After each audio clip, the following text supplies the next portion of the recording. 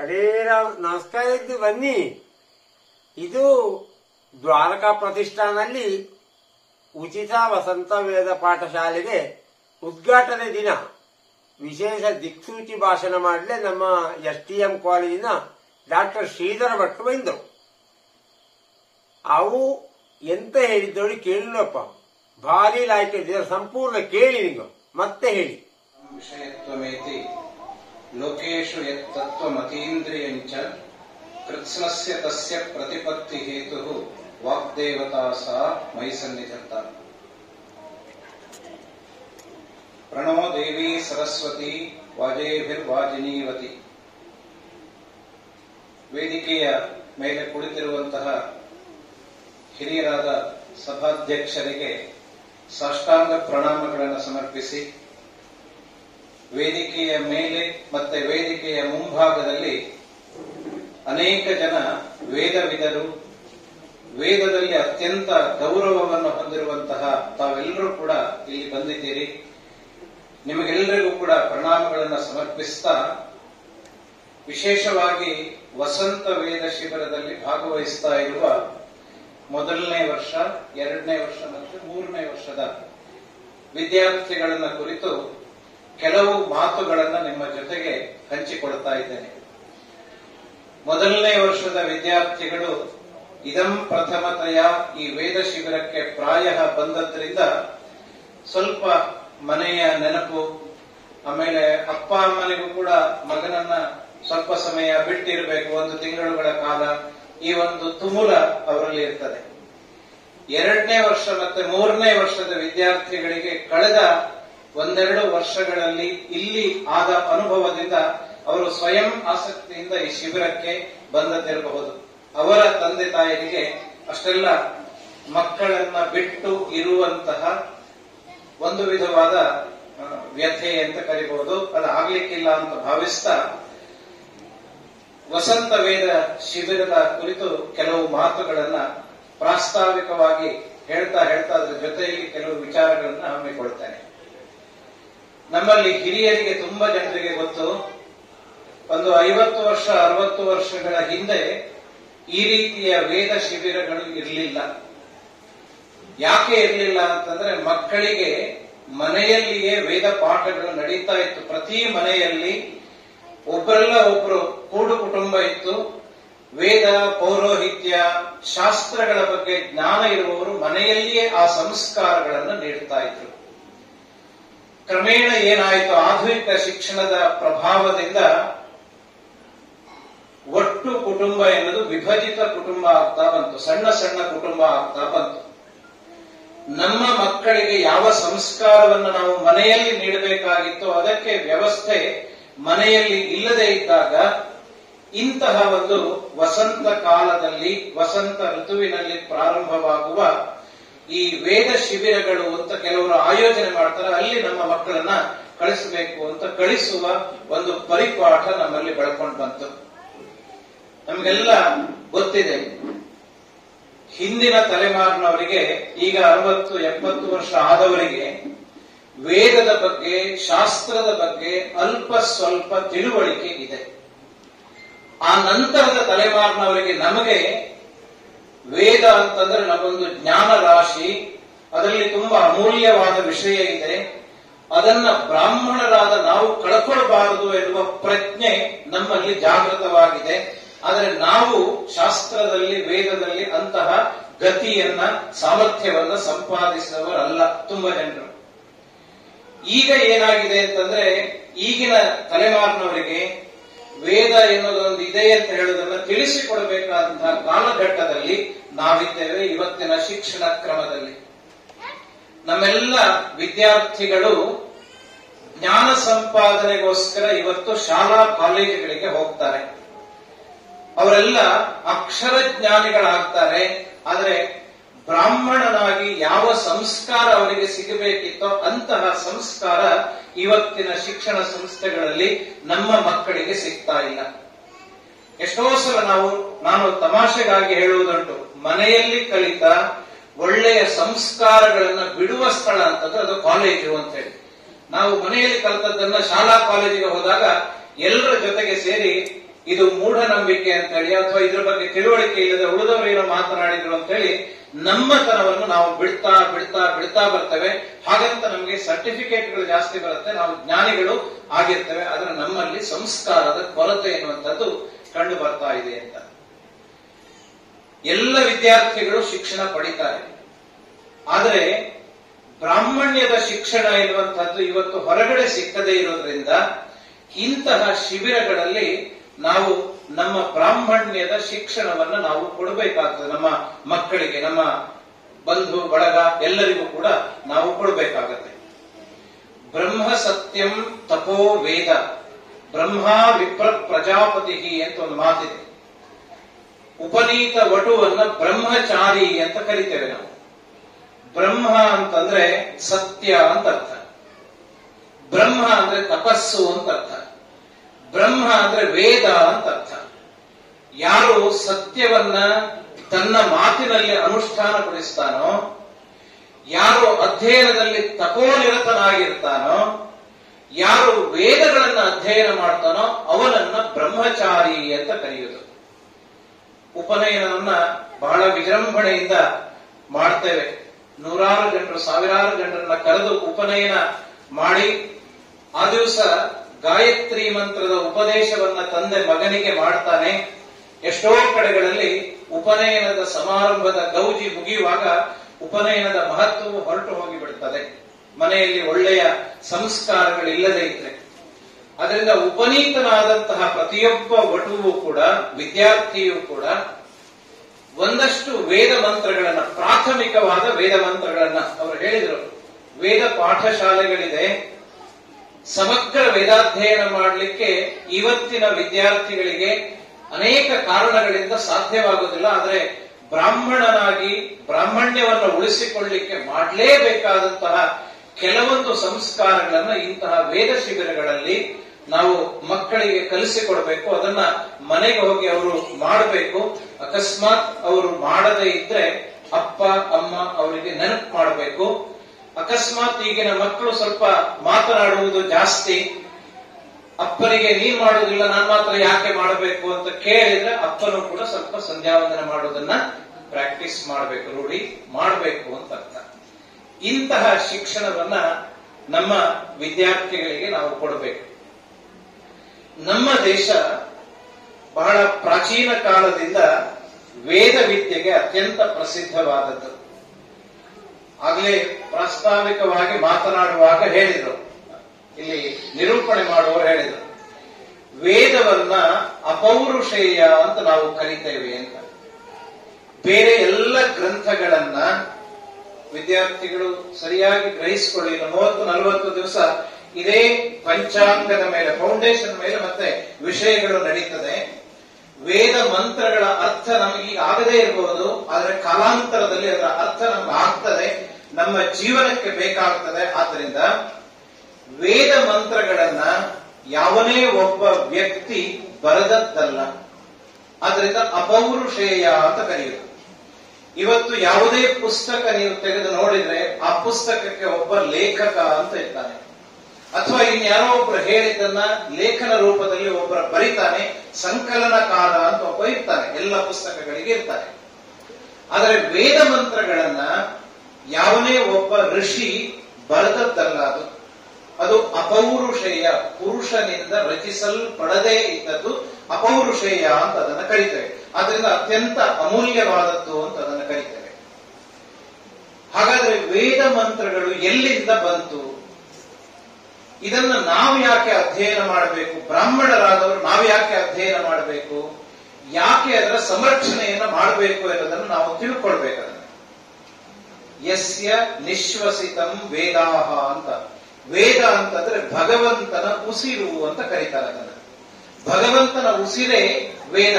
ಈ ಪ್ರಪಂಚ ಎನ್ನುವುದು ವೇದಮಯವಾದದ್ದು ಅಂತ ಹೇಳ್ತಾರೆ. ಇದರ ಬಗ್ಗೆ ವೈಜ್ಞಾನಿಕ ಸಂಶೋಧನೆಗಳೆಲ್ಲ ನಡೆದಿದೆ. ಹೈಸ್ಕೂಲ್ನ ಹಂತದ ವಿದ್ಯಾರ್ಥಿಗಳಿರೋದ್ರಿಂದ ಅಷ್ಟು ವಿಸ್ತಾರವಾಗಿ ಹಿನ್ನೆಲೆಗೆ ನಾನು ಹೋಗೋದಿಲ್ಲ. ಹಾಗೆ ಭಗವಂತನಿಂದ ಉದಿಸಿದ, ಅವನ ಶ್ವಾಸೋಚ್ಛ್ವಾಸ ರೂಪದಲ್ಲಿ ಬಂದಂತಹ ಈ ವೇದ ಮಂತ್ರಗಳು ಇಲ್ಲೆಲ್ಲ ಹರಡಿಕೊಂಡಿದೆ.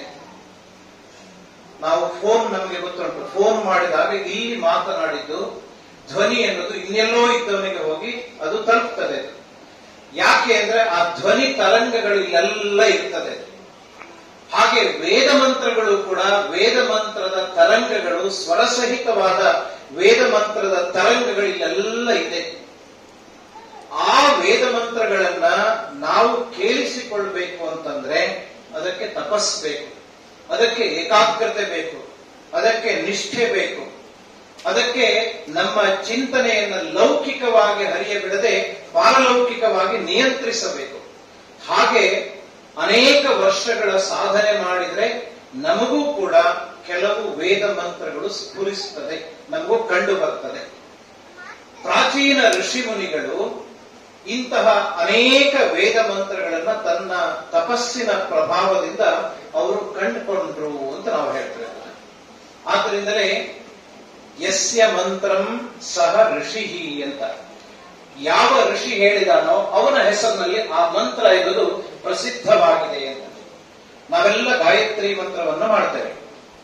ಗಾಯತ್ರಿ ಮಂತ್ರಸ್ಯ ವಿಶ್ವಾಮಿತ್ರ ಋಷಿ ಅಂತ ಕರೀತೇವೆ. ಯಾರು ಈ ವಿಶ್ವಾಮಿತ್ರ ಅಂದ್ರೆ ಇವನು ಒಂದು ಕಾಲದಲ್ಲಿ ಅವನು ಕ್ಷತ್ರಿಯನಾಗಿದ್ದವನು. ವಸಿಷ್ಠರ ಜೊತೆಗೆ ವಾಗ್ವಾದವನ್ನು ಮಾಡಿ ಸೋತು ಕೊನೆಗೆ ಅವನು ತೀರ್ಮಾನ ಮಾಡ್ತಾನೆ, ಬ್ರಹ್ಮವೇ ಅತ್ಯಂತ ಶ್ರೇಷ್ಠವಾದದ್ದು ಅಂತ. ಧಿಕ್ ಕ್ಷತ್ರಿಯ ಬಲಂ ಬ್ರಹ್ಮ ತೇಜೋ ಬಲಂ ಅಂತ ಅವನು ತೀರ್ಮಾನಕ್ಕೆ ಬರ್ತಾನೆ. 1000 ವರ್ಷಗಳ ಕಾಲ ತಪಸ್ಸನ್ನು ಮಾಡಿ ಸಾಧನೆಯನ್ನ ಮಾಡಿದಾಗ ಅವರಿಗೆ ಗಾಯತ್ರಿ ಮಂತ್ರ ಎನ್ನುವುದು ಸ್ಫುರಿಸಿತು. ಆ ಗಾಯತ್ರಿ ಮಂತ್ರವನ್ನು ನಾವೆಲ್ಲರೂ ಇವತ್ತು ಅನುಷ್ಠಾನ ಮಾಡ್ತೇವೆ. ಯಾಕೆ ಅಂತಂದ್ರೆ ಧಿಯೋ ಯೋನ ಪ್ರಚೋದಯ, ನಮ್ಮ ಬುದ್ಧಿ ಎನ್ನುವಂತಹದ್ದು ವಿಕಾಸ ಹೊಂದಲಿ ಅಂತ ಸೂರ್ಯದೇವನಲ್ಲಿ ಪ್ರಾರ್ಥನೆ ಮಾಡುವಂತಹ ಒಂದು ಮಂತ್ರ ಗಾಯತ್ರಿ ಮಂತ್ರ. ಹೀಗೆ ಎಲ್ಲ ವೇದ ಮಂತ್ರಗಳನ್ನ ಬೇರೆ ಬೇರೆ ಋಷಿಗಳು ತಮ್ಮ ತಪಸ್ಸಿನ ಪ್ರಭಾವದಿಂದ, ಏಕಾಗ್ರತೆಯ ಪ್ರಭಾವದಿಂದ ಅದನ್ನ ಸಂಪಾದನೆ ಮಾಡಿದರು. ಹಾಗೆ ನಾವು ಕೂಡ ಅದೇ ರೀತಿಯ ಏಕಾಗ್ರತೆಯನ್ನ ಸಂಪಾದನೆ ಮಾಡಬೇಕು ಅಂತ ದ್ವಾರಕಾ ಪ್ರತಿಷ್ಠಾನದವರು ನಿಮ್ಮ ತರಬೇತಿಯಲ್ಲಿ ಯೋಗವನ್ನು ಸೇರಿಸಿಕೊಂಡಿದ್ದಾರೆ. ಪ್ರಾಚೀನ ಕಾಲದ ಜ್ಞಾನ ಎನ್ನುವುದು ಒಂದೊಂದು ವಿಭಾಗವಾಗಿ ಕಲಿತಾ ಇದ್ದದಲ್ಲ, ಅದು ಸಮಷ್ಟಿ ಜ್ಞಾನ ಆಗಿತ್ತಲ್ಲಿ. ಒಬ್ಬ ವ್ಯಕ್ತಿಯ ವ್ಯಕ್ತಿತ್ವ ವಿಕಾಸನಕ್ಕೆ ಅಥವಾ ಮೋಕ್ಷಕ್ಕೆ ಯಾವುದು ಬೇಕೋ ಅದೆಲ್ಲ ಒಂದೇ ಸೂರಿನ ಅಡಿಯಲ್ಲಿ ಸಿಗ್ತಾ ಇತ್ತು. ಪ್ರಾಚೀನ ಕಾಲದಲ್ಲಿ ವೇದ ಯೋಗ ಎಲ್ಲ ಒಂದೇ ಮೂಲದಿಂದ ಬಂದಿರುವಂತಹದ್ದು. ಯೋಗ ಶಿಕ್ಷಣವನ್ನು ಕೂಡ ನಾವು ಸೇರಿಸಿಕೊಂಡಿದ್ದೇವೆ. ಇನ್ನು ಅನೇಕ ಸ್ತೋತ್ರಗಳನ್ನ ಹೇಳ್ತೇವೆ. ಇದರ ಮಹತ್ವ ಏನು ಅನ್ನೋದನ್ನ ನಾವು ಕಲಿತಾಗ ನಮಗೆ ಗೊತ್ತಾಗ್ತದೆ. ನಾನು ಅದರ ಮಹತ್ವವನ್ನು ವಿವರಿಸಿದರೆ, ಈಜು ಬರದೇ ಇದ್ದವರಿಗೆ ಸ್ವಿಮ್ಮಿಂಗ್ ಹೇಗೆ ಮಾಡಬೇಕು ಅಂತ ಪಾಠ ಮಾಡಿದಾಗ ಆಗತ್ತೆ. ನೀರಿನಲ್ಲಿ ಬಿದ್ದೆ ಅದರ ಅನುಷ್ಠಾನವನ್ನ ಅದು ಹೇಗೆ ಮಾಡಬೇಕು ಅನ್ನೋದನ್ನ ಕಲಿತ್ಕೊಳ್ಬೇಕಾಗತ್ತೆ. ಯೋಗಶಾಸ್ತ್ರ ಎನ್ನುವುದು ಮನೋನಿಗ್ರಹಕ್ಕೆ ಅತ್ಯಂತ ಸಹಕಾರಿಯಾಗಿತ್ತು. ಪತಂಜಲಿಯ ಸ್ಮರಣೆ ನಮಗೆಲ್ಲ ಗೊತ್ತಿದೆ. ಯೋಗೇನ ಚಿತ್ತಸ್ಯ ಪದೇನ ವಾಚಾಂ ಮಲಂ ಶರೀರಸ್ಯ ಚ ವೈದ್ಯಕೇನ ಯೋಪಾಕರೋತ್ತಂ ಪ್ರವರಂ ಮುನೀನಾಂ ಪತಂಜಲಿಂ ಪ್ರಾಂಜಲಿ ರಾನತೋಸ್ಮಿ ಅಂತ ಪತಂಜಲಿ ಮಹರ್ಷಿಗಳ ಸ್ಮರಣೆಯನ್ನ ಮಾಡ್ತೇವೆ. ಯಾಕೆಂದ್ರೆ ಅವರಿಂದಾಗಿ ನಮಗೆ ಈ ಯೋಗ ಬಂತು. ಪ್ರಾಚೀನ ಕಾಲದಲ್ಲಿ ಇದ್ದದನ್ನು ಸಂಗ್ರಹ ರೂಪವಾಗಿ ಮಾಡಿ ಯೋಗ ಸೂತ್ರವನ್ನು ಅವರು ಕೊಟ್ಟರು. ಅದನ್ನು ನಾವೆಲ್ಲ ಮಾಡಬೇಕು. ವಿಶ್ವ ಯೋಗ ದಿನದ ನಂತರ ಎಲ್ಲರಿಗೂ ಸ್ವಲ್ಪ ಜಾಗೃತಿ ಪ್ರಾರಂಭ ಆಗಿದೆ. ಬೇರೆ ಬೇರೆ ಪ್ರಪಂಚಗಳು ಯೋಗವನ್ನ ಇವತ್ತು ಹೇಳಿಕೊಡ್ತಾ ಇದೆ. ಯೋಗಗಳನ್ನ ಹಾಸ್ಪಿಟಲ್ಗಳಲ್ಲಿ ಯೋಗದ ಬಗ್ಗೆ ಜಾಗೃತಿಯನ್ನು ಮೂಡಿಸುವ ಕೆಲಸಗಳನ್ನ ಮಾಡ್ತಾ ಇದ್ದಾರೆ, ಬೇರೆ ಬೇರೆ ಹೆಸರಿನಲ್ಲಿ ಮಾಡ್ತಾರೆ. ಹೀಗೆ ನಮ್ಮ ಋಷಿ ಮುನಿಗಳು ತಮ್ಮ ತಪಸ್ಸಿನಿಂದ ಕಂಡುಕೊಂಡಂತಹ ಆ ವೇದ ರಾಶಿಯನ್ನ ನಾವು ಕಳ್ಕೊಂಡ್ವಿ ಅಂತಂದ್ರೆ ಅದರಲ್ಲಿರುವ ಅಮೂಲ್ಯವಾದ ಸಂಪತ್ತುಗಳು ನಷ್ಟವಾಗಿ ಹೋಗ್ತದೆ. ವೇದ ಪಾಠ ಮಾಡುವಾಗ ಅಧ್ಯಾಪಕರು ನಿಮಗೆ ಹೇಳ್ತಾರೆ, 1000 ವರ್ಷಗಳ ಕಾಲ ವೇದಾಧ್ಯಯನ ಮಾಡಿದ್ರು ವೇದದ ಒಂದು ಸಾಸಿವೆ ಕಾಳಿನಷ್ಟು ಭಾಗವನ್ನು ಇಂದ್ರನಿಗೆ ಅರಿತುಕೊಳ್ಳಿಕ್ಕೆ ಆಗಲಿಲ್ಲ ಅಂತ ಒಂದು ಮಾತು ಬರ್ತದೆ. ಅಷ್ಟು ದೊಡ್ಡ ರಾಶಿ ವೇದ ರಾಶಿ ಎನ್ನುವುದು. ಆ ವೇದಗಳಲ್ಲಿ ಎಲ್ಲವನ್ನ ನಮಗೆ ಓದಲಿಕ್ಕೆ ನಮ್ಮ ಸ್ಮರಣ ಶಕ್ತಿ ಇವತ್ತು ಕಡಿಮೆಯಾಗ್ತಾ ಬಂದಿದೆ. ನಮ್ಮ ಹಿರಿಯರಿಗೆ ಇದ್ದ ಸ್ಮರಣ ಶಕ್ತಿ ನಮಗಿಲ್ಲ, ನಮಗಿದ್ದ ಸ್ಮರಣ ಶಕ್ತಿ ಇವತ್ತು ಈ ಮಕ್ಕಳಿಗೆ ಇಲ್ಲ, ಕಡಿಮೆಯಾಗ್ತಾ ಬಂದಿದೆ. ನಮ್ಮ ಹಿರಿಯರು ಅಥವಾ ನಮ್ಮ ಏಜ್ನವರು ಒಂದು 10-20 ಫೋನ್ ನಂಬರ್ ನಮಗೆ ನೆನಪಿರಬಹುದು.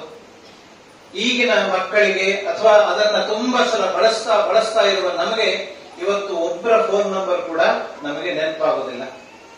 ಕೆಲವು ಸಲ ಕಾಲೇಜಿಗೆ ಅಡ್ಮಿಷನ್ಗೆ ಬಂದಾಗ ನಾವು ಅವ್ರ ಹತ್ರ ನಿಮ್ಮ ಫೋನ್ ನಂಬರ್ ಹೇಳಿ ಅಂತಂದ್ರೆ ಅವ್ರ ಫೋನ್ ತೆಗೆದೇ ಹೇಳೋದು, ಅವರಿಗೆ ಅವ್ರ ನಂಬರೇ ಗೊತ್ತಿರೋದಿಲ್ಲ. ಅಂದ್ರೆ ನಮ್ಮ ಸ್ಮರಣ ಶಕ್ತಿ ಅನ್ನೋದು ದಿನದಿಂದ ದಿನಕ್ಕೆ ಹ್ರಾಸವಾಗ್ತಾ ಬರ್ತಾ ಇದೆ. ಆ ಸ್ಮರಣ ಶಕ್ತಿ ಕಡಿಮೆಯಾದ್ರೆ, ಕಂಠಪಾಠ ಮಾಡುವ ಶಕ್ತಿ ಕಡಿಮೆಯಾದ್ರೆ ವೇದ ಮಂತ್ರಗಳನ್ನ ಕಂಠಪಾಠ ಮಾಡಲಿಕ್ಕೆ ಆಗದೇ ಇದ್ರೆ ಪ್ರಯೋಜನ ಇಲ್ಲ ಅದರಿಂದ. ಆದ್ರಿಂದ ಬರೇ ಪುಸ್ತಕವನ್ನ ನೋಡಿ ವೇದ ಮಂತ್ರಗಳ ಪಠಣ ಮಾಡಿದ್ರೆ ಆರಂಭದಲ್ಲಿ ಆಗ್ಬಹುದು, ಆದರೆ ನಾವು ವೈದಿಕ ಕಾರ್ಯಗಳಿಗೆ ಹೋದಾಗ ಪುಸ್ತಕ ಹಿಡ್ಕೊಂಡು ಹೇಳಲಿಕ್ಕೆ ಆಗೋದಿಲ್ಲ. ಅಥವಾ ಇನ್ನು ಯಾವುದೋ ಒಂದು ಸಂದರ್ಭಗಳಲ್ಲಿ ಪುಸ್ತಕಗಳನ್ನ ಬಿಟ್ಟು ಇದನ್ನೆಲ್ಲ ಕಂಠಪಾಠ ಮಾಡ್ಕೊಳ್ಬೇಕು. ಅದಕ್ಕೆ ಬುನಾದಿ ಎನ್ನುವಂತದ್ದು ವಸಂತ ವೇದ ಶಿಬಿರ ಅಂತ ಇದನ್ನ ನಾವು ಕರೀತೇವೆ. ಈ ಜಾಗೃತಿ ಬಂದ ನಂತರ ಎಷ್ಟೋ ಜನರು 50-60 ವರ್ಷ ಆದ ನಂತರ ನಮಗೂ ಸ್ವಲ್ಪ ರುದ್ರವನ್ನ ಕಲಿಬೇಕು, ನಮಗೂ ಸ್ವಲ್ಪ ದೇವಪೂಜಾ ಮಂತ್ರಗಳನ್ನ ಕಲಿಬೇಕು ಅಂತ ಹೊರಡ್ತಾರೆ. ತುಂಬಾ ಒಳ್ಳೆಯದು. ಆದ್ರೆ ಮಕ್ಕಳಾಗಿದ್ದಾಗ ಕಲ್ತಷ್ಟು ಸುಲಭದಲ್ಲಿ ಅದು ಬರೋದಿಲ್ಲ. ಅದು ಆದ್ದರಿಂದ ವಿದ್ಯಾಭ್ಯಾಸಕ್ಕೆ ಅತ್ಯಂತ ಸೂಕ್ತವಾದ ಸಮಯ ಅಂತಂದ್ರೆ ಬಾಲ್ಯದ ಸಮಯ ಅಂತ. ಅದಕ್ಕೆ ನಮ್ಮಲ್ಲಿ ಉಪನಯನವನ್ನ ಗರ್ಭಾಷ್ಟಮಿ ಸಪ್ತಮೇವ ಈ ಸಂದರ್ಭದಲ್ಲಿ 7ನೇ ವರ್ಷ 8ನೇ ವರ್ಷದಲ್ಲಿ ಉಪನಯನ ಮಾಡಿ ವೇದಾಧ್ಯಯನಕ್ಕೆ ಮಕ್ಕಳನ್ನು ನಾವು ಜೋಡಿಸಿದ್ರೆ ಬಹಳ ಬೇಗ ಅವರು ಏಕಪಾಠಿಗಳಾಗಿ ವೇದಗಳನ್ನೆಲ್ಲ ಅಧ್ಯಯನ ಮಾಡ್ತಾರೆ ಅಂತ ಅರ್ಥ. ಹಿಂದೆ ಎಲ್ಲರೂ ಹೀಗೆ ಅಧ್ಯಯನ ಮಾಡ್ತಿದ್ರಂತೆ. ಕಾಳಿದಾಸ ಎಂಬುವನು ರಘುವಂಶ ಮಹಾಕಾವ್ಯದಲ್ಲಿ ರಘುವಂಶದ ರಾಜರು ತಮ್ಮ ಜೀವನವನ್ನ ಹೇಗೆ ನಡೆಸ್ತಾ ಇದ್ರು ಎನ್ನುವುದನ್ನ ಅವನು ನೆನಪಿಸ್ತಾನೆ ನಮಗೆ. ಶೈಶವೇ ಕೃತವಿದ್ಯಾನಾಂ ಯೌವನೆ ವಿಷಯೈಷಿಣಾಂ ವಾರ್ಧಕೆ ಮುನಿವೃತ್ತೀನಾಂ ಯೋಗೇ ನಾಂತೆ ತನುತ್ಯಜಾಂ. ಶೈಶವದಲ್ಲಿ ಚಿಕ್ಕಂದಿನಲ್ಲಿ ವಿದ್ಯಾಭ್ಯಾಸವನ್ನ ಚೆನ್ನಾಗಿ ಮಾಡಬೇಕು ಅಂತ ಅರ್ಥ. ಶೈಶವೇ ಕೃತವಿದ್ಯಾನಾಂ, ಆಗ ಓದಿದ ವಿದ್ಯೆ ಎನ್ನುವಂಥದ್ದು ನಮ್ಮ ಜೀವನದ ಕೊನೆಯವರೆಗೆ ನಮಗೆ ಗಟ್ಟಿಯಾಗಿ ಇರ್ತದೆ. ನಿಮಗಿಲ್ಲಿ ಕೆಲವು ಸ್ತೋತ್ರಗಳನ್ನ ಹೇಳ್ಕೊಡ್ತಾರೆ, ಕೆಲವು ಸುಭಾಷಿತಗಳನ್ನ ಹೇಳ್ಕೊಡ್ತಾರೆ, ಕೆಲವು ಸಣ್ಣ ಸಣ್ಣ ಪಾಠಗಳನ್ನ ಮಾಡ್ತಾರೆ, ಸಂಸ್ಕೃತದ ಶಬ್ದಗಳನ್ನ ಕ್ರಿಯಾಪದಗಳನ್ನ ಇದನ್ನ ಹೇಳಿಕೊಡ್ತಾರೆ. ನಿಮಗೆ ಶ್ಲೋಕ ಅರ್ಥ ಮಾಡ್ಕೊಳ್ಳಿಕ್ಕೆ ಅದು ಬೇಕಾಗ್ತದೆ. ಅದರ ಜೊತೆಗೆ ಕೆಲವು ಪ್ರಾಥಮಿಕವಾದ ವೇದ ಮಂತ್ರಗಳನ್ನ ಹೇಳ್ಕೊಡ್ತಾರೆ. ಇದೆಲ್ಲವನ್ನ ಈಗ ನಾವು ಗಟ್ಟಿ ಮಾಡಿಕೊಂಡ್ರೆ ನಮ್ಮ ಜೀವನದ ಕೊನೆಯವರೆಗೂ ಕೂಡ ಅದು ನಮಗೆ ಇರ್ತದೆ. ಇಲ್ಲಿ ವೇದ ಮಂತ್ರಗಳನ್ನ ದೇವಪೂಜಾ ಮಂತ್ರಗಳನ್ನ ಅಧ್ಯಯನ ಮಾಡಿದ್ರೆ ಮನೆಗೆ ಹೋಗಿ ಮಕ್ಕಳಿಗೆ ಪ್ರತಿ ದಿವಸ ದೇವ ಪೂಜೆ ಮಾಡುವುದನ್ನ ಮಕ್ಕಳಿಗೆ ಸ್ವಲ್ಪ ಕಲಿಸ್ಬೇಕು. ನಾವು ಅವರ ಎದುರಿಗೆ ಕೂತ್ಕೊಂಡು, ಎಷ್ಟೋ ಕಡೆಗಳಲ್ಲಿ ಮಕ್ಕಳು ಏಳುವುದೇ ಈ ಸಮಯದಲ್ಲಿ ಉಂಟು, 7 ಗಂಟೆ ಅಂತ ಉಂಟಲ್ಲ, 7 ಅಂತ ಯಾಕೆಂದ್ರೆ ಏಳುವುದಕ್ಕಾಗಿ ಇರುವುದು ಅಂತ ತುಂಬಾ ಜನ ತಿಳ್ಕೊಂಡಿದ್ದಾರೆ. 7 ಗಂಟೆಗೆ ಏಳುವುದಲ್ಲ, ಬ್ರಾಹ್ಮಿ ಮುಹೂರ್ತದಲ್ಲಿ ಎದ್ದು ನಮ್ಮ ನಿತ್ಯ ಕರ್ಮಗಳನ್ನೆಲ್ಲ ಮುಗಿಸಿ ನಾವು ಸ್ನಾನಾದಿಗಳನ್ನ ಮಾಡಿ ದೇವ ಪೂಜೆಯನ್ನ ಮಾಡಬೇಕು. ಮನೆಯಲ್ಲಿದ್ದ ಉಳಿದವರು ಬೇಕಾದ ಹೂ ಕೊಯ್ಕೊಂಡ್ಬರೋದ ಬೇಕಾದ ವ್ಯವಸ್ಥೆಗಳನ್ನ ಅವರು ಮಾಡಿಕೊಡ್ತಾರೆ. ಮಕ್ಕಳು ಕೂತ್ಕೊಂಡು ಇಲ್ಲಿ ಕಲಿತ ವೇದ ಮಂತ್ರಗಳನ್ನ ಹೇಳ್ತಾ ದೇವ ಪೂಜೆಯನ್ನ ಮಾಡಬೇಕು. ಅದು ವ್ಯವಹಾರದಲ್ಲಿ ಬರದೇ ಇದ್ರೆ ಓದಿದ್ದು ಮರೆತು ಹೋಗ್ತದೆ. ಅನಭ್ಯಾಸೇ ವಿಷಂ ವಿದ್ಯಾ ಅಂತ ಒಂದು ಮಾತಿದೆ. ಯಾವುದೇ ನಾವು ಓದಿದ್ದನ್ನ ಮತ್ತೆ ಮತ್ತೆ ರಿವಿಷನ್ ಮಾಡದೇ ಇದ್ರೆ, ಅಭ್ಯಾಸ ಮಾಡದೇ ಇದ್ರೆ, ಪುನರ್ಮನನ ಮಾಡದೇ ಇದ್ರೆ ಅದು ಹಿಂದೆ ಬೀಳ್ತದೆ, ಅದು ಮರೆತು ಹೋಗ್ತದೆ. ಅದು ಅದಕ್ಕೋಸ್ಕರ ಪುನರ್ಮನನ ಮಾಡೋದಕ್ಕೋಸ್ಕರ ಪ್ರತಿನಿತ್ಯ ಈ ಮಕ್ಕಳ ಹತ್ರ ದೇವ ಪೂಜೆಯನ್ನು ಮಾಡಿಸಬೇಕು, ಉಪನೀತರಾದವರ ಹತ್ರ ಮಾಡಿಸಬೇಕು. ಅವರಷ್ಟಕ್ಕೆ ಬಿಡೋದಲ್ಲ, ಕ್ರಮ ಸರಿ ಮಾಡ್ತಾರಾ ಇಲ್ವ ಅನ್ನೋದನ್ನು ಉಳಿದವರು ಕೂಡ ಅದನ್ನ ಅವಲೋಕನ ಮಾಡ್ತಾ ಅವರಿಗೆ ಮಾರ್ಗದರ್ಶನ ಮಾಡ್ತಾ ಇರಬೇಕು. ಹೀಗೆ ಬಾಲ್ಯದಲ್ಲಿ ಚೆನ್ನಾಗಿ ಅಧ್ಯಯನ ಮಾಡಬೇಕು. ಆಮೇಲೆ ಯೌವನ ಬರ್ತದೆ. ಯೌವನ ಬಂದಾಗ ಮದುವೆಯಾಗೋದು, ಸಾಂಸಾರಿಕವಾದ ಸುಖಗಳೆಲ್ಲ ಇದೆ. ಗುರುಕುಲದಲ್ಲಿ ವೇದಾಧ್ಯಯನ ಮಾಡಿ ವಿದ್ಯಾರ್ಥಿ ಹೊರಗಡೆ ಹೋಗುವಾಗ ಶಿಷ್ಯೋಪದೇಶ ಅಂತ ಕಾನ್ವೊಕೇಶನ್ ಅಡ್ರೆಸ್ ಮಾಡ್ತಾನೆ ಗುರು. ಅವರು ಮಾಡುವಾಗ ಇದನ್ನೇ ಹೇಳ್ತಾರೆ, ಆಚಾರ್ಯಾಯ ಪ್ರಿಯಂಧನಮಾಹೃತ್ಯ ಪ್ರಜಾತಂತ್ವಂ ಮಾವ್ಯವಚ್ಛೇತ್ಸಿ ಅಂತ. ಗುರುವಿಗೆ ಯೋಗ್ಯವಾದ ದಕ್ಷಿಣೆಯನ್ನ ಕೊಟ್ಟು ನೀನು ಮನೆಗೆ ಹೋಗಿ ನೀನು ವಿವಾಹಿತನಾಗಿ ನಿನ್ನ ಸಂತತಿಯನ್ನ ಮುಂದುವರಿಸಿಕೊಂಡು ಹೋಗ್ಬೇಕು ಅಂತ ಹೇಳ್ತಾರೆ. ಈ ನಮ್ಮ ಜೀನ್ಸ್ ಎನ್ನುವಂತಹದ್ದು ಕಂಟಿನ್ಯೂ ಆಗುವುದು ಬಹಳ ಮುಖ್ಯವಾದದ್ದು. ಇದನ್ನು ಮುಂದುವರಿಸಿಕೊಂಡು ಹೋಗ್ಬೇಕು, ಇಲ್ಲದೇ ಇದ್ರೆ ಲೋಕದಲ್ಲಿ ಅತಂತ್ರ ಸ್ಥಿತಿ ಉಂಟಾಗತ್ತೆ ಅಂತೆಲ್ಲ ಹೇಳ್ತಾರೆ. ಹಾಗಾಗಿ ಯೌವನಕ್ಕೆ ಬಂದಾಗ ಆ ಕಾಲದಲ್ಲಿ ಆಗಬೇಕಾದ ಎಲ್ಲ ವ್ಯವಸ್ಥೆಗಳಾಗ್ತದೆ. ಅದಕ್ಕೆ ಈಗಲೇ ಬಾಲ್ಯದಲ್ಲಿ ನಾವು ಹೆಚ್ಚು ತಯಾರಿಯನ್ನ ಮಾಡಬೇಕಾಗಿಲ್ಲ. ಆಮೇಲೆ ವಾರ್ಧಕ್ಕೆ ಮುನಿವೃತ್ತಿನಾಂ, ಅವರು ಸೂರ್ಯವಂಶದ ರಾಜರು, ರಘುವಂಶದ ರಾಜರಿದ್ರು.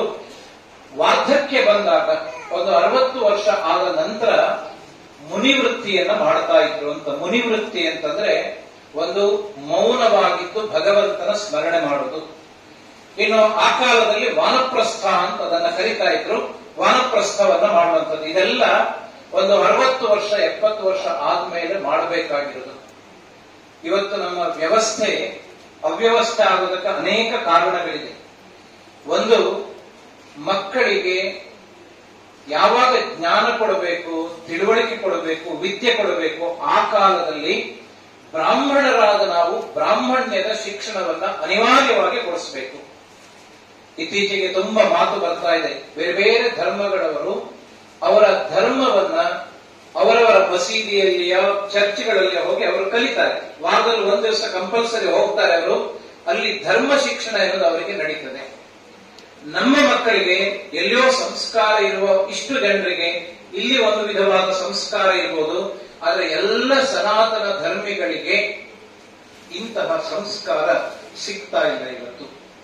ಆದ್ರಿಂದ ನಮ್ಮ ಧರ್ಮ ಯಾವುದು, ಆ ಧರ್ಮದ ವಿಶೇಷತೆ ಏನು ಅಂತ ಕೇಳಿದ್ರೆ, ಇವತ್ತು ನೀವು ಜಾಲತಾಣಗಳಲ್ಲಿ ನೋಡಿದ್ರೆ ಸನಾತನ ಧರ್ಮದ ಬಗ್ಗೆ, ಹಿಂದೂ ಧರ್ಮದ ಬಗ್ಗೆ ಅವಹೇಳನಕಾರಿಯಾಗಿ ಮಾತನಾಡುವವರಿಗೆ ಮೆಜಾರಿಟಿ ಬ್ರಾಹ್ಮಿನ್ಸೇ ಇರೋದು. ಯಾಕೆ ಅಂತಂದ್ರೆ ಅವರಿಗೆ ಸರಿಯಾದ ತಿಳುವಳಿಕೆ ಇಲ್ಲದೆ ಇರುವುದು, ಅಥವಾ ಹೇಳಿದ್ರು ತಿಳಿದುಕೊಳ್ಳಲಿಕ್ಕೆ ಬೇಕಾದಂತಹ ವ್ಯವಧಾನ ಇಲ್ಲದೆ ಇರುವಂತಹದ್ದು. ನಮ್ಮ ಮಕ್ಕಳಿಗೆ ಆಯಾ ಕಾಲದ ಜವಾಬ್ದಾರಿಗಳನ್ನ ಕಲಿಸಬೇಕು ಅಂತ ಎಷ್ಟೋ ಕುಟುಂಬಗಳನ್ನು ನೋಡಿದ್ದೇನೆ.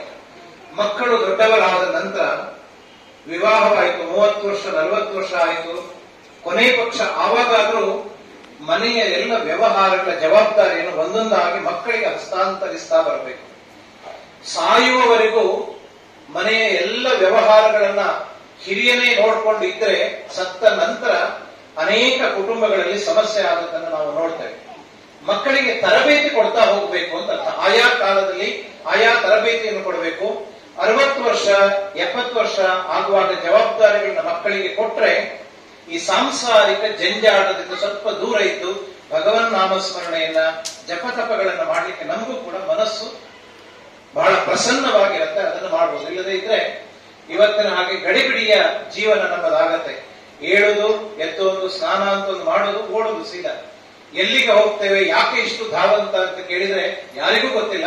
ಎಲ್ಲರೂ ಓಡ್ತಾ ಇದ್ದಾರೆ ಅಷ್ಟೇ ಜೀವನದಲ್ಲಿ, ಯಾರಿಗೂ ಪುರುಸೊತ್ತಿಲ್ಲ ಅಂತ. ಅಂತಹ ಸ್ಥಿತಿ ಆಗಬಾರದು. ಅದಕ್ಕೋಸ್ಕರ ನಮ್ಮ ಮಕ್ಕಳಿಗೆ ನಾವು ವೈದಿಕ ಶಿಕ್ಷಣವನ್ನ, ಮಂತ್ರಗಳ ಶಿಕ್ಷಣವನ್ನು ನಾವು ಕೊಡಬೇಕು ಅಂತ ಇಂತಹ ಶಿಬಿರಗಳನ್ನು ನಾವು ಆಯೋಜನೆ ಮಾಡ್ತಾ ಇರುವಂತಹದ್ದು. ಅದರಲ್ಲಿ ವಿಶೇಷವಾಗಿ ವೇದ ಮಂತ್ರಗಳನ್ನ ಪಾಠ ಮಾಡ್ತಾರೆ. ನಾವೆಲ್ಲ ಬಾಲ್ಯದಲ್ಲಿ ಗುರುಕುಲ ಪದ್ಧತಿಯಲ್ಲಿದ್ದು ನಾನೆಲ್ಲ ಓದಿಕೊಂಡು ಬಂದವನು. ಹಾಗಾಗಿ ಈ ಗುರುಕುಲದ ಸೊಗಡು, ಇಲ್ಲಿ ಸಿಕ್ಕುವಂತಹ ಒಂದು ವಿಶಾಲವಾದಂತಹ ಚಿಂತನೆ, ಇದೆಲ್ಲ ಇವತ್ತಿನ ಮಕ್ಕಳಿಗೆ ಸಿಗಬೇಕು. ಮನೆಯಲ್ಲಿ ಒಬ್ಬರೋ ಇಬ್ಬರು ಮಕ್ಕಳಿರುವಂತದ್ದು, ಬಹಳ ಮಮತೆಯಿಂದ ಮಕ್ಕಳನ್ನ ಸಾಕೋದು. ಮಕ್ಕಳಿಗೆ ಏನಾದ್ರೂ ಕಷ್ಟ ಬಂದ್ರೆ ಆ ಕಷ್ಟವನ್ನು ಅವರು ಸಹಿಸೋದು ಬೇಡ ಅಂತ ಹೇಳಿ ಅಪ್ಪ ಅಮ್ಮನೇ ಆ ಕಷ್ಟವನ್ನು ತಲೆ ಮೇಲೆ ಹೊತ್ಕೊಳ್ಳೋದು. ಇದರಿಂದ ಇವತ್ತಿನ ಮಕ್ಕಳು ತುಂಬಾ ಐಸೋಲೇಟೆಡ್ ಆಗಿ ಬದುಕ್ತಾ ಇದ್ದಾರೆ. ಏಕಾಂಗಿತನ ಎನ್ನುವುದು ಅವರನ್ನ ಕಾಡ್ತಾ ಇದೆ. ಇವತ್ತಿನ ಅನೇಕ ಈ ಜಾಲತಾಣಗಳ ಸಮಸ್ಯೆ ಇವತ್ತಿನ ಮಕ್ಕಳಿಗೆ ಅದು ತುಂಬಾ ಸಮಸ್ಯೆಯನ್ನು ಉಂಟು ಮಾಡ್ತಾ ಇದೆ. ಇದರಿಂದೆಲ್ಲ ಹೊರಗೆ ಬರಬೇಕು ಅಂತಂದ್ರೆ ಖಂಡಿತವಾಗಿಯೂ ನಮ್ಮ ಮಕ್ಕಳಿಗೆ, ಬ್ರಾಹ್ಮಣ ವಟುಗಳಿಗೆ ಬ್ರಾಹ್ಮಣ್ಯದ ಶಿಕ್ಷಣವನ್ನ ನಾವು ಕೊಡಬೇಕು. ವೇದ ಮಂತ್ರಗಳ ಪಾಠ ಆಗ್ತದೆ. ಉರು ಹಾಕಿಸ್ತಾರೆ. ಅದನ್ನ ಪುನರ್ಮನನ ಮಾಡಬೇಕು. ಆ 11 ವಾಕ್ಯಗಳು ಗಟ್ಟಿಯಾದ ನಂತರ ಅಲ್ಲಿಂದ ಮುಂದಕ್ಕೆ ಹೋಗುವಂತಹ ಕ್ರಮ, ಇದೆಲ್ಲ ವೇದ ಮಂತ್ರಗಳಲ್ಲಿ ನಾವು ಕಲಿತುಕೊಳ್ಳುವಂತಹ ಕ್ರಮ. ಇದರ ಜೊತೆಗೆ ಏಕಾಗ್ರತೆಯ ದೃಷ್ಟಿಯಿಂದ ಅನೇಕ ಸ್ತೋತ್ರಗಳನ್ನು ನಿಮಗೆ ಹೇಳಿಕೊಡ್ತಾರೆ. ಮನೆಯಲ್ಲಿ ಬೆಳಿಗ್ಗೆ ಸಾಯಂಕಾಲ ಇಲ್ಲಿ ಬಂದವರಿಗೆ ನಾವು ಹೇಳಬೇಕಾಗಿದೆ. ಯಾರಿಗೆ ಹೇಳಬೇಕು ಆ ಜನರು ಇಲ್ಲಿಲ್ಲ, ಯಾರಿಗೆ ಎಲ್ಲ ಗೊತ್ತಿದೆ ಅವರ ಎದುರುಗಡೆ ನಾವು ಹೇಳ್ತಾ ಇರುವಂತದ್ದು. ಮನೆಯಲ್ಲಿ ಉಪನೀತ ವಟುಗಳು ಬೆಳಿಗ್ಗೆ ಸ್ನಾನ ಮಾಡಿ ಸಂಧ್ಯಾವಂದನೆ ಮಾಡುವುದು, ಸಾಯಂಕಾಲ ಸಂಧ್ಯಾವಂದನೆ ಮಾಡುವುದು. ವೇದವಿದರು ಮಾತನಾಡುವಾಗ ಹೇಳಿದ್ರು ಒಂದು 10 ಗಾಯತ್ರಿ ಮಾಡಬೇಕು ಅಂತ. 10 ಅಂದ್ರೆ ಅದು ಅತ್ಯಂತ ನ್ಯೂನತಮ, ಅದಕ್ಕಿಂತ ಕಡಿಮೆ ಇಲ್ಲ. 108 ಗಾಯತ್ರಿಯನ್ನು ಮಾಡಬೇಕು ಪ್ರತಿ ದಿವಸ, ಬೆಳಿಗ್ಗೆ ಸಾಯಂಕಾಲ. ಎಷ್ಟು? 108. ಲೆಕ್ಕ ಸರಿ ಇಟ್ಕೊಳ್ಬೇಕು. 28 ಆಗುವಾಗಲೇ 108 ಆಗ್ಲಿಕ್ಕಿಲ್ಲ. 108 ಗಾಯತ್ರಿಯನ್ನಾದ್ರೂ ಮಾಡಬೇಕು. ಆ ಏಕಾಗ್ರತೆ ಎನ್ನುವುದು ನಮ್ಮಲ್ಲಿ ಬರುತ್ತೆ. ನಮ್ಮ ಬುದ್ಧಿ ಪ್ರಚೋದನೆಯಾಗುವುದಕ್ಕೆ ಗಾಯತ್ರಿ ಮಂತ್ರದಷ್ಟು ಪವಿತ್ರವಾದ ಮಂತ್ರ ಯಾವುದೂ ಇಲ್ಲ. ನಮ್ಮ ಜೀವನದಲ್ಲಿ ಜನ್ಮಾಂತರಗಳಿಂದ ಬರುವ ಅನೇಕ ದುರಿತಗಳನ್ನ ದೂರ ಮಾಡುವಂತಹ ಸಾಮರ್ಥ್ಯ ಕೂಡ ಗಾಯತ್ರಿ ಮಂತ್ರಕ್ಕೆ ಇದೆ. ಗಾಯತ್ರಿ ಮಂತ್ರದ ನಿರಂತರ ಪಠಣದಿಂದ ನಮ್ಮ ಮುಖದಲ್ಲಿ ತೇಜಸ್ಸು ಬರ್ತದೆ, ಜನ್ಮಾಂತರದ ಅನೇಕ ದುರಿತಗಳು ದೂರವಾಗ್ತದೆ. ಈ ಎಲ್ಲ ಕಾರಣಗಳಿಂದ ಎಲ್ಲಾ ಬ್ರಾಹ್ಮಣರು ಕೂಡ ಗಾಯತ್ರಿ ಮಂತ್ರವನ್ನು ಪಠಣ ಮಾಡ್ತಾರೆ. GST ಅವರು ಕೂಡ ಮಾಡ್ತಾರೆ. ಇಲ್ಲದೇ ಇದ್ರೆ ನಮ್ಮಲ್ಲಿ ತುಳು ಶಿವಳ್ಳಿ ಬೇರೆ ಈ ಮಂತ್ರ, ಸ್ಥಾನಿಕರಿಗೆ ಬೇರೆ, ಕೋಟದವರಿಗೆ ಬೇರೆ, ಹವ್ಯಕರಿಗೆ ಬೇರೆ, ಹೀಗೆಲ್ಲ ಕೆಲವೆಲ್ಲ ಇದೆ. ಆದರೆ ಗಾಯತ್ರಿ ಮಂತ್ರ ಎನ್ನುವುದು ಸಾರ್ವತ್ರಿಕವಾದದ್ದು. ಎಲ್ಲರೂ ಕೂಡ ಇದನ್ನ ಅನುಷ್ಠಾನ ಮಾಡೋದಕ್ಕೆ 100ಕ್ಕೆ 100ರಷ್ಟು ಎಲ್ಲರೂ ಒಪ್ಪಿಕೊಂಡು ಅದನ್ನು ಮಾಡ್ತಾ ಇರುವಂತಹದ್ದು. ಅಂತಹ ಗಾಯತ್ರಿ ಮಂತ್ರದ ಪಠಣ ಸಂಧ್ಯಾವಂದನೆಯನ್ನು ಇಲ್ಲಿಯೂ ಮಾಡಿಸ್ತಾರೆ. ಅದನ್ನ ಬಿಡಬಾರದು, ಮನೆಗೆ ಹೋದ್ಮೇಲೆ ನಾವು ಮಾಡಬೇಕು ಅಂತ. ಇದರ ಜೊತೆಗೆ ಇವತ್ತಿನ ಹೆಚ್ಚು ಮಕ್ಕಳು ಇಂಗ್ಲಿಷ್ ವಿದ್ಯಾಭ್ಯಾಸವನ್ನು ಮಾಡುವವರು, ಇಂಗ್ಲಿಷ್ ಮೀಡಿಯಂ ಅಲ್ಲಿ ಓದುವವರು ಹೆಚ್ಚು. ಜೊತೆಯಲ್ಲಿ ಇಂಗ್ಲಿಷ್ ಅನ್ನ ಒಂದು ಭಾಷೆಯಾಗಿ ಓದುವವರು ಸಂಸ್ಕೃತವನ್ನ ಅಥವಾ ಸಂಸ್ಕೃತದ ಶಬ್ದಗಳೇ ಭೂಯಿಷ್ಠವಾಗಿರುವಂತಹ ಕನ್ನಡವನ್ನ, ನೀವು ಯಕ್ಷಗಾನ ತಾಳಮದ್ದಲೆ ಇದರ ಅರ್ಥಗಳನ್ನೆಲ್ಲ ಕೇಳಿದ್ರೆ ಗೊತ್ತಾಗುತ್ತೆ. ಅಂತಹ ಶಬ್ದಗಳನ್ನ ಸ್ಪಷ್ಟವಾಗಿ ನಾವು ಉಚ್ಚಾರ ಮಾಡಬೇಕು ಅಂತಂದ್ರೆ ಸಂಸ್ಕೃತದ ಬಾಲ್ಯ ಪಾಠಗಳನ್ನು ನಾವು ಕಲ್ತ್ಕೋಬೇಕು. ನಾವು ಕೆಲವು ಶ್ಲೋಕಗಳನ್ನ ಅರ್ಥ ಮಾಡ್ಕೊಳ್ಬೇಕು. ಯಾಕೆ ಅಂತಂದ್ರೆ ಈ ಶಬ್ದ ಅತ್ಯಂತ ಪವಿತ್ರವಾದದ್ದು. ವಾಕ್ ಎನ್ನುವಂತಹದ್ದು ಸರಸ್ವತಿ ಅತ್ಯಂತ ಪವಿತ್ರವಾದದ್ದು. ಸಂಸ್ಕೃತದ ಒಂದೊಂದು ಅಕ್ಷರಗಳು ಕೂಡ ನಮ್ಮ ದೇಹದ ಒಳಗಿನ ಒಂದೊಂದು ಅಂಗಾಂಗಗಳನ್ನ ಅದು ಸ್ಫುರಣೆ ಮಾಡ್ತದೆ. ಅದಕ್ಕೆ ವೈಬ್ರೇಷನ್ ಕೊಡುವಂತಹ ಅಕ್ಷರಗಳಿದೆ. ಮೂಲ ಮಂತ್ರಗಳು ಅಂತ ವೇದದಲ್ಲಿ ನಾವು ಅದನ್ನ ಕರೀತೇವೆ. ಅದರಿಂದ ಎಲ್ಲ ಮಂತ್ರಗಳು ಕೂಡ, ಎಲ್ಲ ಅಕ್ಷರಗಳು ಕೂಡ ಜನ್ಯವಾದದ್ದು, ಹುಟ್ಟಿರುವಂತಹದ್ದು. 4 ಹಂತವನ್ನ ಹೇಳ್ತಾರೆ. ನಮ್ಮ ಧ್ವನಿ ಎನ್ನುವುದು ಆರಂಭ ಆಗುವುದು ನಮ್ಮ ನಾಭಿ ಪ್ರದೇಶದಲ್ಲಿ, ಅಲ್ಲಿಂದ ಧ್ವನಿ ಬರ್ತದೆ. ಸೌಂಡ್ ಎಲ್ಲಿಂದ ಬರ್ತದೆ ಅಂತ ಕೇಳಿದ್ರೆ ಅದರ ಮೂಲ ನಾಭಿ ಅಂತ ಕರೀತೇವೆ. ಅಲ್ಲಿಂದ ಸ್ವಲ್ಪ ಮೇಲಕ್ಕೆ ಬರ್ತದೆ, ಹೃದಯ ಭಾಗಕ್ಕೆ ಬರ್ತದೆ. ನಾಭಿ ಪ್ರದೇಶದಲ್ಲಿ ಉಂಟಾಗುವ ಧ್ವನಿಯನ್ನ ಪರ ಅಂತ ನಾವು ಕರಿತೇವೆ. ಅಲ್ಲಿಂದ ಮೇಲಕ್ಕೆ ಬಂದಾಗ ಅದನ್ನ ಪಶ್ಯಂತಿ ಅಂತ ಕರಿತೇವೆ. ಅಲ್ಲಿಂದ ಮೇಲಕ್ಕೆ ಕಂಠದ ಭಾಗಕ್ಕೆ ಬಂದಾಗ ಮಧ್ಯಮ ಅಂತ ಕರಿತೇವೆ. ಅಲ್ಲಿಂದ ನಮ್ಮ ನಾಲಿಗೆ ಎನ್ನುವುದು ಬಾಯೊಳಗಿನ ಬೇರೆ ಬೇರೆ ಸ್ಥಳಗಳನ್ನ ಸ್ಪರ್ಶಿಸಿದಾಗ ಅಕ್ಷರಗಳ ಉತ್ಪತ್ತಿ ಆಗುತ್ತೆ. ಅದನ್ನ ವೈಖರಿ ಅಂತ ನಾವು ಕರಿತೇವೆ. ಪರ, ಪಶ್ಯಂತಿ, ಮಧ್ಯಮ, ವೈಖರಿ. ಇದನ್ನೇ ವೇದ ಮಂತ್ರ ತುರೀಯಂ ವಾಚೋ ಮನುಷ್ಯ ವದಂತಿ ಅಂತ ಹೇಳ್ತದೆ. ಈ 4ನೇ ಹಂತದ ಮಾತನ್ನ ಮನುಷ್ಯರು ಆಡ್ತಾರೆ. ಈ ಮಾತು ನಮಗೆ ಅರ್ಥ ಆಗ್ತದೆ ಅಂತ. ಸರಿಯಾದ ಸಂಸ್ಕಾರ ಇಲ್ಲ ಅಂತ 4ನೇ ಹಂತದ್ದು ತುಂಬಾ ಜನರಿಗೆ ಅರ್ಥ ಆಗೋದಿಲ್ಲ. ಕುಂಬಳೆಯವರಿದ್ದಾರೆ, ಧನಂಜಯರು, ನಮಗೆ ಗೊತ್ತುಂಟು. ತರಗತಿಯಲ್ಲಿ 1 ಗಂಟೆ ಪಾಠ ಮಾಡಿದ್ದು, ಆಮೇಲೆ ಪ್ರಶ್ನೆ ಕೇಳಿದ್ರೆ ಇಡೀ ರಾಮಾಯಣ ಕೇಳಿ ರಾಮನಿಗೆ ಸೀತೆ ಏನಾಗಬೇಕು ಅಂತ ಕೇಳಿದ್ರೆ ಗೊತ್ತಿಲ್ಲದೆ ಇದ್ದ ಸ್ಥಿತಿ ಆಗ್ತದೆ. ಆ ದೃಷ್ಟಿಯಿಂದ ನಾವು ಈ ಮಂತ್ರಗಳನ್ನ ಚೆನ್ನಾಗಿ ಅಧ್ಯಯನ ಮಾಡಬೇಕು. ದ್ವಾರಕಾ ಪ್ರತಿಷ್ಠಾನದವರು ಇಂತಹ ವೇದ ಮಂತ್ರಗಳನ್ನ, ಸಂಸ್ಕೃತದ ಬಾಲ್ಯ ಪಾಠಗಳನ್ನ, ಸ್ವಲ್ಪ ಸ್ವಲ್ಪ ಜ್ಯೋತಿಷ್ಯದ ವಿಷಯಗಳನ್ನ ಆಮೇಲೆ ಯೋಗ, ಇದೆಲ್ಲದರ ಪರಿಚಯವನ್ನು, ಒಂದು ಸಮಗ್ರ ಜೀವನ ಸಂಸ್ಕಾರಯುತವಾಗಿ ಹೇಗಿರಬೇಕು ಎನ್ನುವುದಕ್ಕೆ ಮಾರ್ಗದರ್ಶನ ನೀಡುವಂತಹ ಒಂದು ವ್ಯವಸ್ಥೆಯನ್ನ ಕಳೆದ 4-5 ವರ್ಷಗಳಿಂದ ನಡೆಸಿಕೊಂಡು ಬಂದಿದ್ದಾರೆ. ನಮ್ಮಲ್ಲಿ ತುಂಬಾ ಜನರು ನಿಮ್ಮ ಮಕ್ಕಳನ್ನ ಇಂತಹ ಶಿಬಿರಕ್ಕೆ ಕಳಿಸ್ತಾ ಇದ್ದೀರಿ. ನಿಮ್ಮ ಪರಿಚಯದವರಿಗೆ ಮತ್ತಷ್ಟು ಜನರಿಗೆ ಇಂತಹ ಶಿಬಿರಗಳ ಬಗ್ಗೆ ಪರಿಚಯವನ್ನ ಹೇಳಿ. ಹಳೆಗೇಟ್ನಲ್ಲಿ ನಾಗರಾಜ್ ಭಟ್ರು ಇದನ್ನ ತುಂಬಾ ವರ್ಷಗಳಿಂದ ನಡೆಸಿಕೊಂಡು ಬರ್ತಾ ಇದ್ದಾರೆ. ಎಲ್ಲ ಕಡೆಗಳಲ್ಲಿಯೂ ದೇವಸ್ಥಾನಗಳಲ್ಲಿ ವಸಂತ ವೇದ ಶಿಬಿರ ಅಂತ ಆಗ್ತಾ ಇದೆ. ಆಧುನಿಕ ಶಾಲಾ ಶಿಕ್ಷಣಗಳಿಂದ ದೊರಕದೇ ಇರುವ ನಮ್ಮ ನಿಜವಾದ ಸಂಸ್ಕಾರ, ನಿಜವಾದ ಜ್ಞಾನ ಯಾವುದಿದೆಯೋ ಅದನ್ನು ನಮ್ಮ ಮಕ್ಕಳಿಗೆ ಸ್ವಲ್ಪ ಮಟ್ಟಿಗಾದರೂ ತಿಳಿಸಬೇಕು ಅಂತಂದ್ರೆ ಇಂತಹ ಶಿಬಿರಗಳನ್ನ ನಾವೆಲ್ಲರೂ ಚೆನ್ನಾಗಿ ಉಪಯೋಗಿಸಿಕೊಳ್ಳೋಣ. ಇದರ ಫಲ ನಮಗೆ ಸಿಕ್ಲಿ, ನಮ್ಮ ಕುಟುಂಬಕ್ಕೆ ಸಿಕ್ಲಿ, ನಮ್ಮ ಬಂಧು ಬಳಗದವರಿಗೆ ಎಲ್ರಿಗೂ ಸಿಕ್ಲಿ ಅಂತ ಹೇಳ್ತಾ ಮತ್ತೊಮ್ಮೆ ದ್ವಾರಕಾ ಪ್ರತಿಷ್ಠಾನದವರಿಗೆ ಉಚಿತವಾಗಿ 40 ದಿನಗಳ ಕಾಲ ಇಂತಹ ವೇದ ಶಿಬಿರವನ್ನ, 30 ದಿನಗಳ ಕಾಲ ಇಂತಹ ವೇದ ಶಿಬಿರಗಳನ್ನ, ವಸಂತ ವೇದ ಶಿಬಿರವನ್ನ ನಡೆಸ್ತಾ ಇರುವುದಕ್ಕಾಗಿ ಎಲ್ಲರ ಪರವಾಗಿ ವಿಶೇಷ ಅಭಿನಂದನೆಯನ್ನ ಸಲ್ಲಿಸಿ, ಇವತ್ತು ಒಂದೆರಡು ಮಾತುಗಳನ್ನ ಆಡುವುದಕ್ಕೆ ಗಣರಾಜ ಕುಂಬಳೆಯವರು ಮೊನ್ನೆ ನಮ್ಮಲ್ಲಿ ಒಂದು ಸೆಮಿನಾರಿಗೆ ಅವರು ಬಂದಿದ್ರು.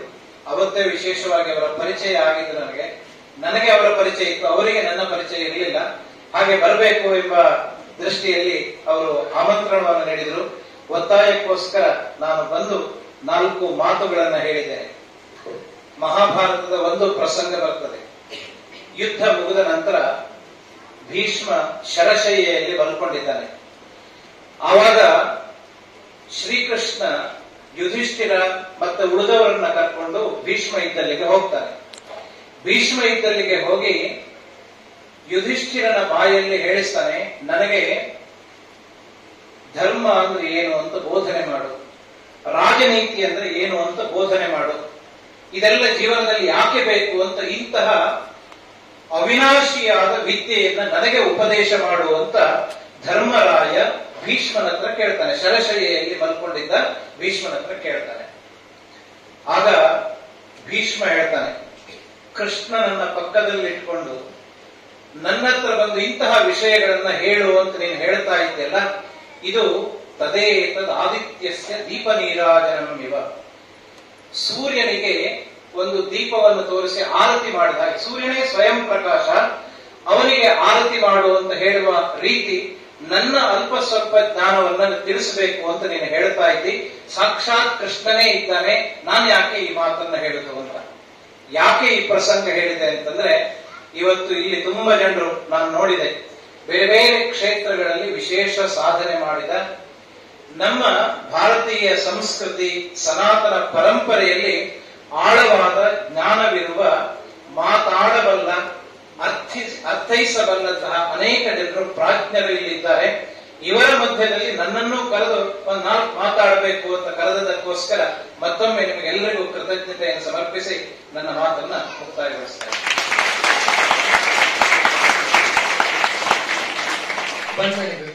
ಹೆಂಗಾಯ್ತು ದಿಕ್ಸೂಚಿ ಭಾಷಣ? ಒಳ್ಳೆ ರಸವತ್ತಾಗಿ ಮಾತಾಡಿದ್ದೆವು.